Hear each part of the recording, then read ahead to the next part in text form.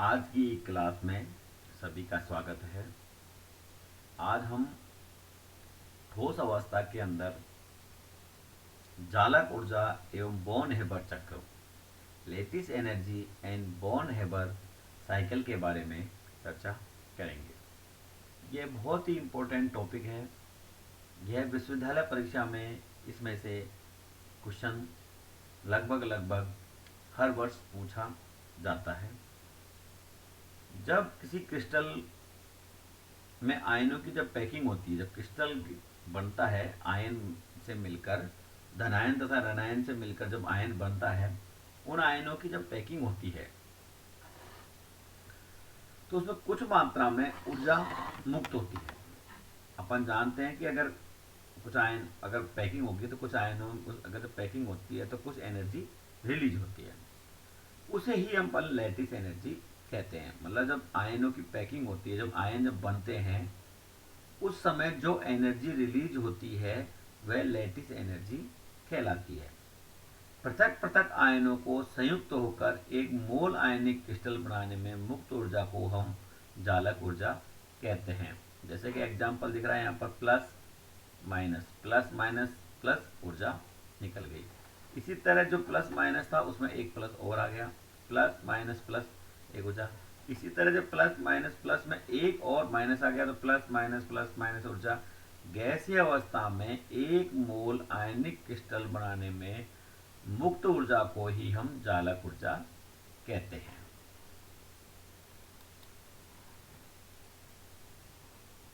एक मोल ठोस आयनिक क्रिस्टल को पृथक पृथक आयनों में विभक्त करने के लिए आवश्यक ऊर्जा को जालक ऊर्जा कहते हैं। यहाँ पर इक्वेशन के द्वारा बताया गया एम एक्स मेटल और ये एक्स यहाँ पर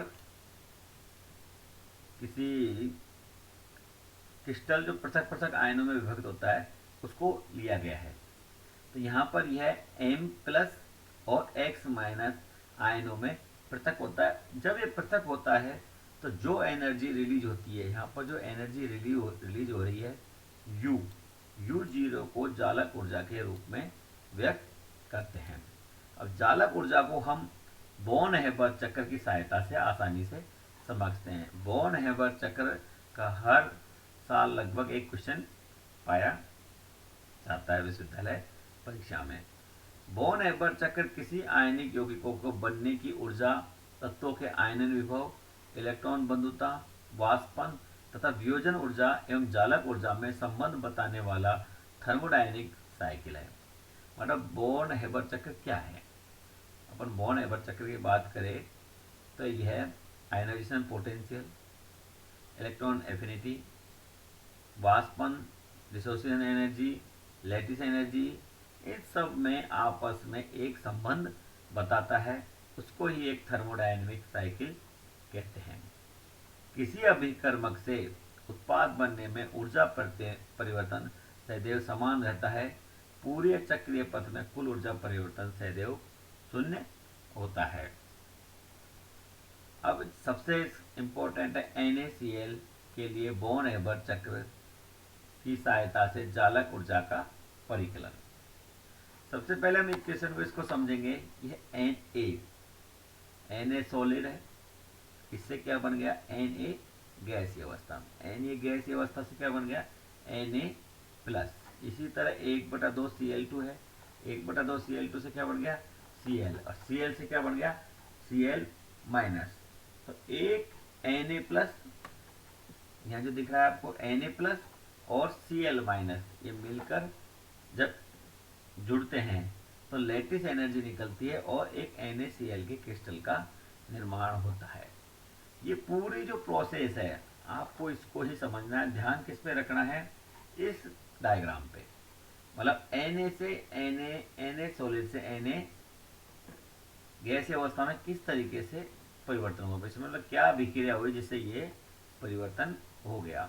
इसी तरह Na से Na प्लस, और इसी तरह 1/2 Cl2 से Cl और Cl से Cl माइनस, और Na प्लस और Cl माइनस, लैटिस एनर्जी निकलकर NaCl का निर्माण होता है। तो ये प्रोसेस आपको ध्यान रखना है।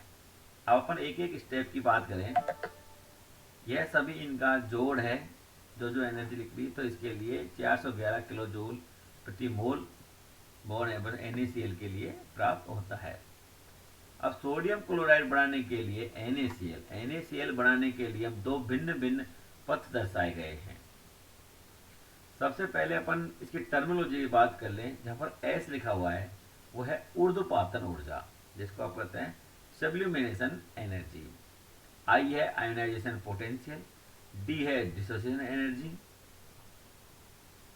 एंड E है इलेक्ट्रॉन एफिनिटी, U है लैटिस एनर्जी और Q है heat of formation. Born Haber चक्र का गणितीय समीकरण निम्न होगा। Q बराबर S plus I plus D half plus E plus U. इन सभी की इक्वेशनों का मान अगर अपन प्राप्त करके अगर रखें तो आपको उसकी अभिक्रिया की ऊष्मा ज्ञात हो जाएगी। NaCl का निर्माण अपन सबसे पहले NaCl का निर्माण करते हैं तो कौन कौन से स्टेप में करते हैं। पहला है सोडियम धातु परमाणुओं का पृथक होना, सेपरेशन ऑफ सोडियम एटम। मतलब कि जो सोडियम आयन है Na है, जो सॉलिड है वो Na गैसीय अवस्था में कैसे बनेंगे। सोडियम धातु में परमाणु धात्विक बंध द्वारा जुड़े रहते हैं, इसलिए सर्वप्रथम उन्हें ऊर्ध्वपातित करके गैसीय अवस्था में लाया जाता है। सबसे पहले जो सोडियम धातु के अंदर NaCl के जो बॉन्ड होते हैं उसके अंदर जो जुड़े रहते हैं वो धात्विक बंध मेटलिक अवस्था में होते हैं। इन्हें ऊर्ध्वपातित करके गैसीय अवस्था में लाया जाता है। इसके लिए दी गई ऊर्जा को ही हम ऊर्ध्वपातन ऊर्जा या सब्लिमेशन एनर्जी कहते हैं। सोडियम धातु के लिए इसका मान 26 किलो कैलोरी प्रति मोल है। क्या इक्वेशन हो गई? Na सॉलिड प्लस S, ये S क्या पर है?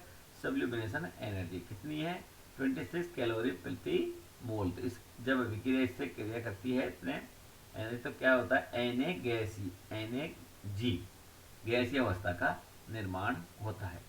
दूसरा है सोडियम धनायन का बनना। अपन ने बताया था Na से क्या बन NaS सॉलिड से क्या बन गया Na गैसीय अवस्था में, Na गैस से क्या बनेगा Na प्लस अवस्था। सोडियम धनायन का बनना, सोडियम से बने हुए गैसीय परमाणु को ऊर्जा देकर उसका बाह्यतम इलेक्ट्रॉन निकाला जाता है। इसके लिए दी गई ऊर्जा आयोनाइजेशन पोटेंशियल कहलाती है। सोडियम के लिए आयोनाइजेशन पोटेंशियल का मान 118 किलो कैलोरी मोल है। यहाँ पर Na गैसीय अवस्था में प्लस I है आयोनाइजेशन पोटेंशियल कितना है? 118 किलो कैलोरी प्रति मोल। तो यहाँ पर क्या बन जाएगा? Na प्लस का निर्माण हो गया, एक इलेक्ट्रॉन बाहर निकल जाएगा। इसी तरह तीसरा स्टेप है क्लोरीन परमाणुओं का बनना, formation of the chlorine atom. जब क्लोरीन के अणु को वियोजन ऊर्जा दी जाती है तो दो क्लोरीन के परमाणु बनते हैं। अतः क्लोरीन का एक परमाणु प्राप्त करने के लिए उसकी आधी ऊर्जा की आवश्यकता पड़ेगी।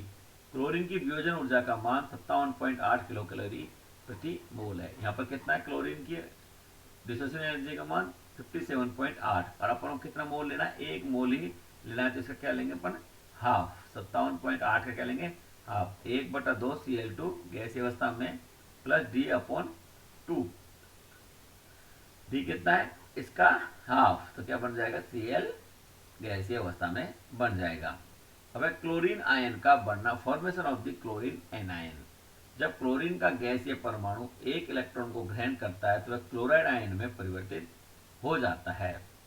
इससे जो ऊर्जा निकलती है वह इलेक्ट्रॉन बंधुता कहलाती है। क्लोरीन की इलेक्ट्रॉन बंधुता का मान 19.7 किलो कैलोरी प्रति मोल होता है।